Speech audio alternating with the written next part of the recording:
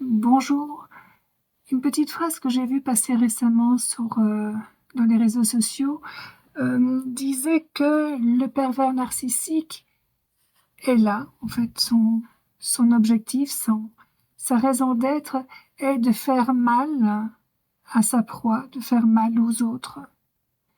C'est une croyance qui est véhiculée constamment, que je vois souvent passer, souvent dans les échanges avec des victimes, affirmant vraiment que l'intention du pervers narcissique est de faire mal.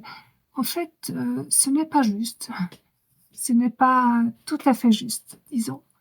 L'intention du pervers narcissique est de se servir des autres pour exister, d'utiliser le potentiel des autres afin de le combler, de le rassurer lui, de lui apporter tout ce dont il a besoin pour vivre.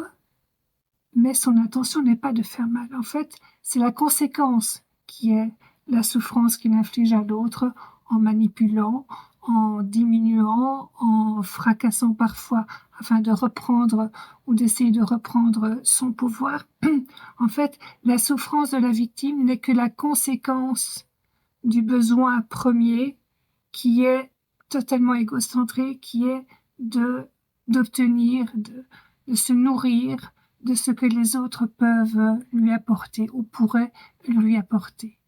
Donc l'objectif du PN n'est pas de faire mal, en fait il s'en fiche.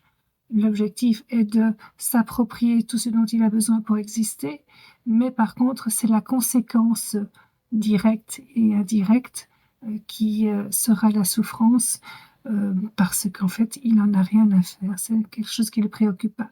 Néanmoins, et comme j'en parle d'ailleurs dans la vidéo 5 de la série Questions-réponses, il peut ressentir un plaisir à voir l'autre souffrir parce qu'en fait, ça le rassure dans son sentiment de toute puissance et de pouvoir. Bien, j'espère que cette petite mise au point vous donnera quelques informations qui vous aideront à mieux comprendre le mécanisme du pervers narcissique.